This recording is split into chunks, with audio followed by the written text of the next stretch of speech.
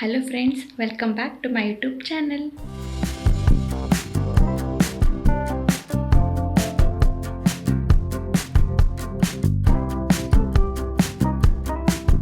Friends, ನಾನಿವತ್ತು ನಿಮಗೆ ತೋರಿಸಿಕೊಟ್ಟಿರುವಂತಹ recipe ಕೇವಲ 2 ನಿಮಿಷದಲ್ಲೇ ಆಗುವಂತಹ ರೆಸಿಪಿ ಇದು. ಇದನ್ನು ಚಪಾತಿ ಅಥವಾ ದೋಸೆ ಅಥವಾ ರೊಟ್ಟಿ ಯಾವುದಕ್ಕಾದ್ರೂ ತಿನ್ಬೋದು, ತುಂಬಾ ಚೆನ್ನಾಗಿರುತ್ತೆ. ನಾನಿಲ್ಲಿ ಒಂದು 4ರಿಂದ 5 ಗುಂಡು ಬದನೆಕಾಯಿ ತೊಗೊಂಡಿದ್ದೀನಿ, ರೌಂಡ್ ಬದನೆಕಾಯಿ. ಹಾಗೆ ಒಂದು 5ರಿಂದ 6 ಮೆಣಸಿನ್ಕಾಯಿ ತೊಗೊಂಡಿದ್ದೀನಿ, 2 ಟೊಮೆಟೊ ತೊಗೊಂಡಿದ್ದೀನಿ. ನೀವು ಬದನೆಕಾಯಿನ ಒಳಗಡೆ ಸ್ವಲ್ಪ ಕಟ್ ಮಾಡಿ ಹುಳಾಗಿದೆನ ನೋಡಿ ಆಮೇಲೆ ಅದನ್ನು ಫ್ರೈ ಮಾಡೋಕ್ಕೆ ಹಾಕೋಬೇಕು. ಹಾಗೆ ಟೊಮೆಟೊನ ಸ್ವಲ್ಪ ಒಂದು 4 ಸೈಡು ಸ್ಕ್ರ್ಯಾಚ್ ಮಾಡಬೇಕು, ಯಾಕಂದರೆ ಈಸಿಯಾಗಿ ಸಿಪ್ಪೆ ಪೀಲ್ ಆಗುತ್ತೆ ಬೆಂದ ಮೇಲೆ ಅಂಥೇಳಿ. ನಾನು ಇದನ್ನೆಲ್ಲ ಒಂದು ಕಡಾಯಿಗೆ ಹಾಕ್ಕೊಂಡು ಸ್ವಲ್ಪ ಎಣ್ಣೆ ಹಾಗೆ ಸ್ವಲ್ಪ ಒಂದು ಕಾಲಿಗಿಂತ ಕಡಿಮೆ ಒಂದು ಪಿಂಚ್ ಆಫ್ ಸಾಲ್ಟ ಹಾಕ್ಕೊಂಡು ಚೆನ್ನಾಗಿ ಫ್ರೈ ಮಾಡ್ಕೋಬೇಕು.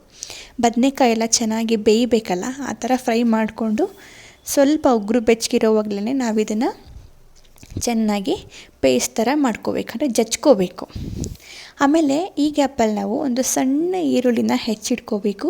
ಹಾಗೆ ಒಂದು 10ರಿಂದ 15 ಎಸಳು ಬೆಳ್ಳುಳ್ಳಿನ ನಾವು ಬಿಡಿಸಿ ಸಿಪ್ಪೆ ತೆಗೆದು ಇಟ್ಕೋಬೇಕು. ಹಾಗೆ ನಾವು ಚೆನ್ನಾಗಿ ಜಜ್ಜಿರ್ತೀವಲ್ಲ, ಆ ಮಿಶ್ರಣಕ್ಕೆ ಸ್ವಲ್ಪ ಉಪ್ಪು, ನಾವು ಜಜ್ಜಿಟ್ಕೊಂಡಿರುವಂತಹ ಈರುಳ್ಳಿ, ಟೊಮೆಟೊ, ಮೆಣಸಿನ್ಕಾಯಿ ಹಾಗೆ ಬದನೆಕಾಯಿ ಇಷ್ಟೆಲ್ಲನೂ ಹಾಕಿ ಮಿಕ್ಸ್ ಮಾಡಬೇಕು.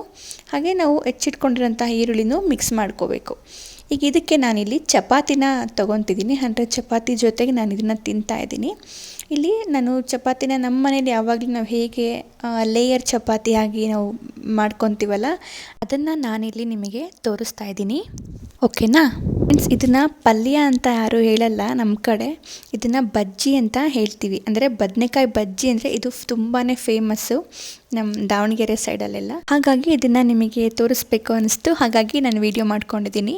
ನೋಡಿ, ಕೊನೆಯದಾಗಿ ನಾನು ಸಣ್ಣದಾಗಿ ಹೆಚ್ಚಿಟ್ಕೊಂಡಿರೋಂತಹ ಈರುಳ್ಳಿನ ಮಿಕ್ಸ್ ಮಾಡ್ಕೊತಾ ಇದ್ದೀನಿ. ನೋಡಿ ಫ್ರೆಂಡ್ಸ್, ಇಷ್ಟೇ, ತುಂಬಾ ಈಸಿ. ಇದಕ್ಕೆ 2 ನಿಮಿಷನೂ ಜಾಸ್ತಿ ಆಯಿತು ಅಂತಲೇ ಕೂಡ ಹೇಳ್ಬೋದು. 1 ನಿಮಿಷದಲ್ಲೇ ಮಾಡ್ಕೊಂಬಿಡ್ಬೋದು, ಅಷ್ಟೇ ಈಸಿ ಇದು.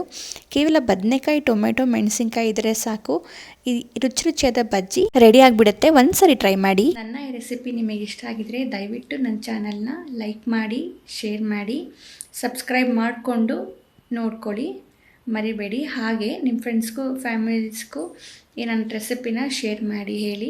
ಹಾಗೆ ನೀವೇನಾದರೂ ಹೊಸದಾಗಿ ನನ್ನ ಚಾನಲ್ನ ನೋಡ್ತಾ ಇದ್ದರೆ ದಯವಿಟ್ಟು ನನ್ನ ಚಾನಲ್ನ ಸಬ್ಸ್ಕ್ರೈಬ್ ಮಾಡಿಕೊಂಡು ನೋಡಿ.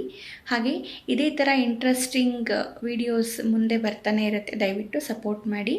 ಮತ್ತೆ ಮುಂದಿನ ವೀಡಿಯೋದಲ್ಲಿ ಸಿಗೋಣ. ಅಲ್ಲಿವರೆಗೂ ಟೇಕ್ ಕೇರ್, ಬಾಯ್.